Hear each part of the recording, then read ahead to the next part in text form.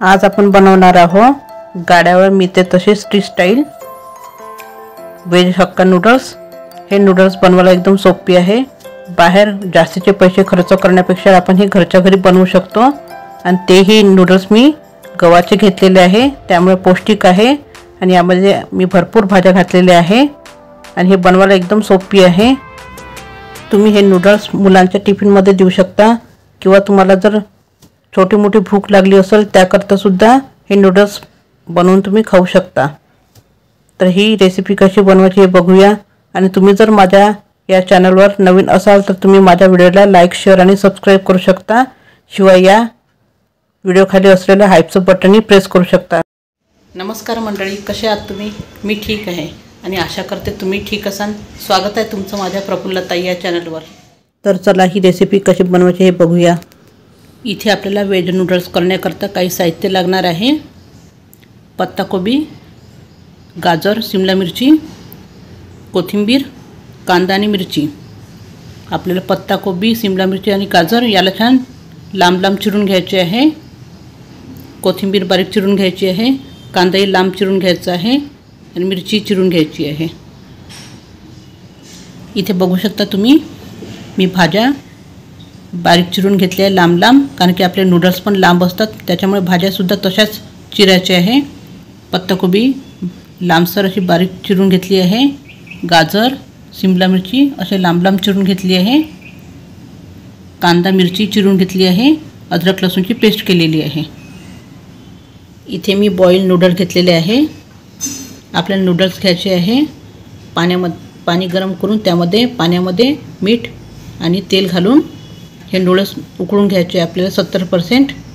आणि छान उकळल्यावर त्याला एका दुसऱ्या चाळणीमध्ये काढून थंड करायसाठी ठेवायचं आहे। त्यावर थंड पाणी टाकायचं आहे, म्हणजे लवकर थंड होतात आणि चिपकतही नाही, असे छान मोकळे मोकळे होतात। तर असे मी रेडी करून ठेवलेले आहे। असे नूडल्स घ्यायचे आपल्याला। आता आपल्याला फोडणी द्यायची आहे। इथे आपण गॅसवर कढईमध्ये तेल गरम करायला ठेवले आहे। तेल आपलं गरम झालेलं आहे। यामध्ये आपल्याला आलं लसूणची पेस्ट घालून घ्यायची आहे।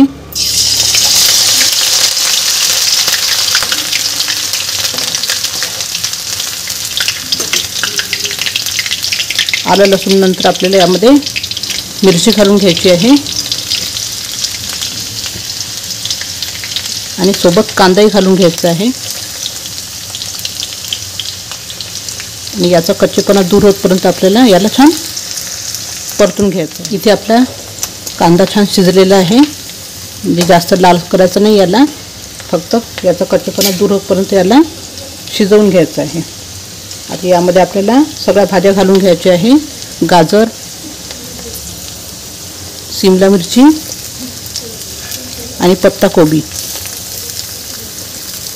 याला छान, आणि आपल्याला फ्लेम गॅस असा मोठाच पाहिजे आहे, मोठ्या गॅसवरच करायचं आहे। आणि या भाज्यासुद्धा आपल्याला खूप शिजवायच्या नाही, मऊ नाही करायचे आहे। यालाही 50%च शिजवून घ्यायचे आहे, याचा कच्चेपणा दूर होईपर्यंत। इथे बघू शकता आपल्या भाज्या 50% शिजलेल्या आहे, या जास्त मऊ झाले नाही आहे आणि जास्त कच्च्याही नाही आहे। तर असे आपल्याला क्रंच पाहिजे भाज्यामध्ये, पण कच्चेपणाही वाटला नाही पाहिजे, तसे शिजवून घ्यायचे आहे।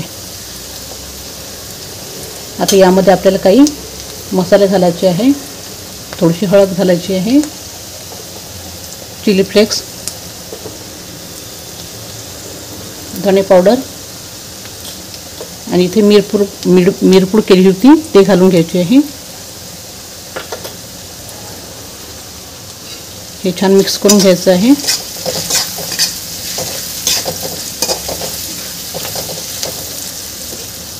आता यामध्ये आपल्याला चवीकरता मीठ घालून घ्यायचं आहे।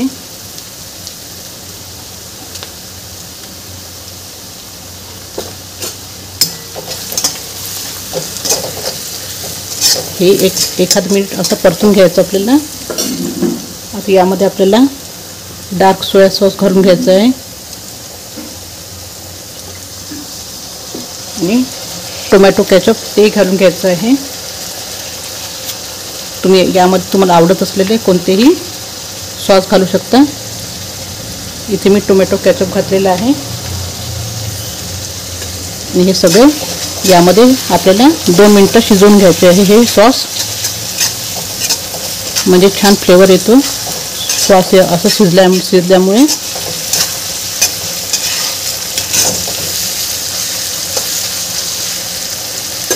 दोन मिनिटं झालेले आहे।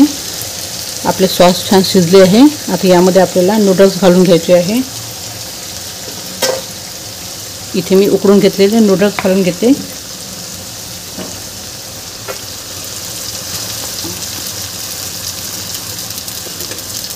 छान मिक्स करून घ्यायचं आहे।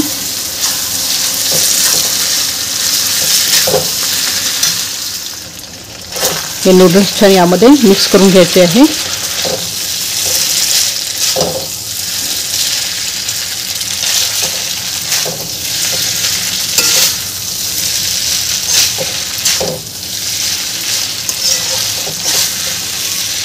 हे आपण छान मिक्स करून घेतलेले आहे।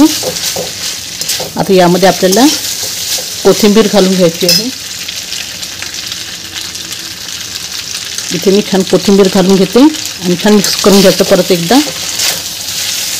आणि तुमच्याकडे इथे पालकांदा असेल तर तुम्ही यामध्ये पालकांदाही घालू शकता।